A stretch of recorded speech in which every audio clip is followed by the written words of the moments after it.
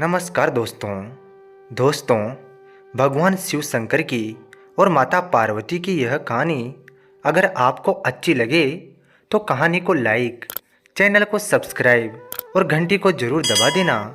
भगवान शिव की और माता पार्वती की कृपा आप और आपके परिवार पर सदा बनी रहे। एक समय शिव भगवान माता पार्वती जी के साथ हरिद्वार में घूम रहे थे। पार्वती जी ने देखा कि सहस्त्रों मनुष्य गंगा में नहा नहाकर हर हर कहते चले आ रहे हैं, परंतु प्राय सभी दुखी और पाप प्राणे हैं। पार्वती जी ने बड़े आश्चर्य से शिव जी से पूछा कि हे देव, गंगा में इतनी बार स्नान करने पर भी इनके पाप और दुखों का नाश क्यों नहीं हुआ? क्या गंगा में सामर्थ्य नहीं रही? शिव जी ने कहा, प्रिय, गंगा में तो वही सामर्थ्य हैं, परंतु इन लोगों ने पापनाशी गंगा में स्नान ही नहीं किया है, तब उन्हें लाभ कैसे हो? पार्वती जी ने आश्चर्य से कहा, स्नान कैसे नहीं किया? सभी तो नहा नहाकर आ रहे हैं, अभी तक इनके शरीर भी नहीं सूखे हैं। शिव जी ने कहा, ये केवल जल में डुबकी लगाकर आ रहे हैं, तुम्हें कल इसका रहस्य समझाऊंगा। दूसरे दिन बड़े जोर की बरसात होने लगी, गलियां कीचड़ से भर गई। एक चौड़े रास्ते में एक गहरा गड्ढा था, चारों ओर लपटीला कीचड़ भर रहा था।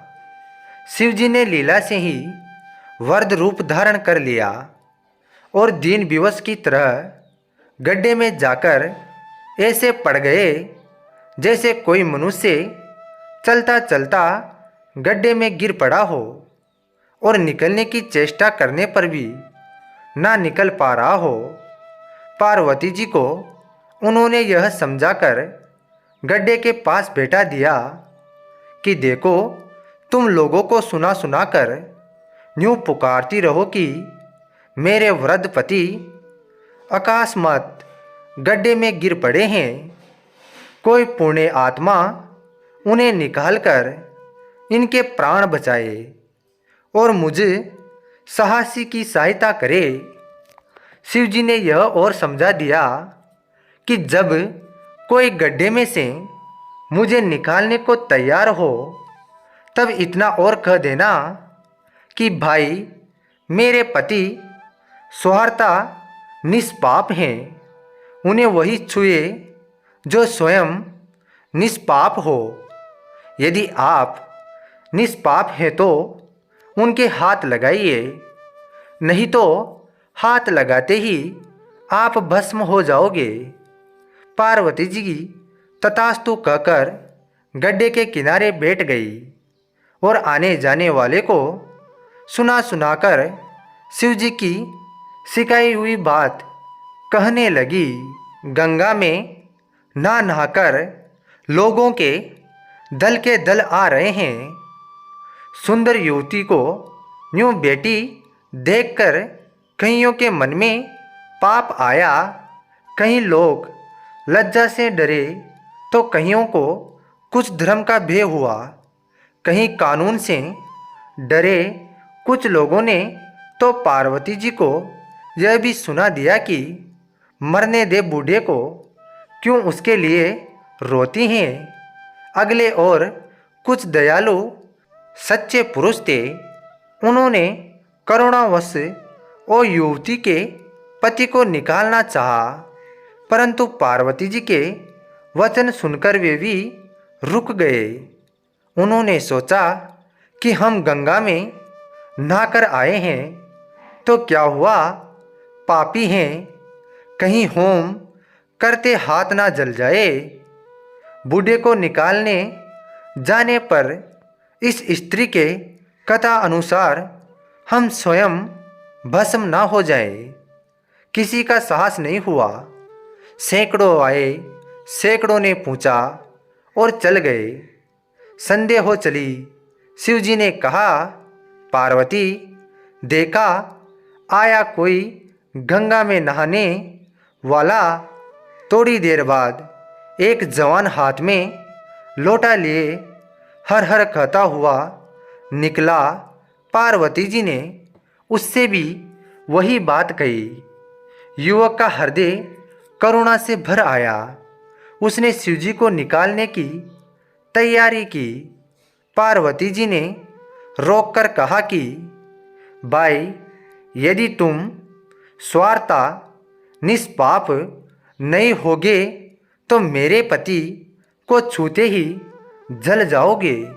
उस युवक ने बिना किसी संकोच के दृढ़ निश्चय के साथ पार्वती जी से कहा कि माता, मेरे निष्पाप होने में तुझे संदेश क्यों होता है? देखती नहीं, मैं अभी गंगा नहाकर आया हूँ। भला गंगा में गोता लगाने के बाद भी कभी पाप रहते हैं? तेरे पति को मैं निकालता हूँ। युवक ने लपक कर बूढ़े को ऊपर उठा लिया। शिव पार्वती जी ने उसे अधिकारी समझकर अपना असली स्वरूप प्रकट कर दिया। उसे दर्शन देकर कृतार्थ किया। शिव ने पार्वती जी से कहा कि इतने लोगों में से एक ने ही गंगा स्नान किया है। इसी दृढ़ता के अनुसार जो लोग बिना श्रद्धा और विश्वास के केवल धब के लिए गंगा स्नान करते हैं, उन्हें वास्तविक फल नहीं मिलता। परंतु इसका मतलब यह नहीं कि गंगा स्नान व्यर्थ जाता है। विश्वास के साथ किए गए गंगा स्नान का ही मिलता है। वास्तविक फल भगवान भोलेनाथ और माता पार्वती जी आप सबकी समस्या मनोकामना पूर्ण करे। तो दोस्तों, भगवान भोलेनाथ की और माता पार्वती की यह सुंदर कथा आपको कैसी लगी कमेंट करके ज़रूर बताना। और वीडियो अच्छी लगी हो तो वीडियो को लाइक, चैनल को सब्सक्राइब और घंटी को ज़रूर दबा देना। भगवान शिव शंकर की कृपा आप पर सदा बरसे। जय भोले बाबा की।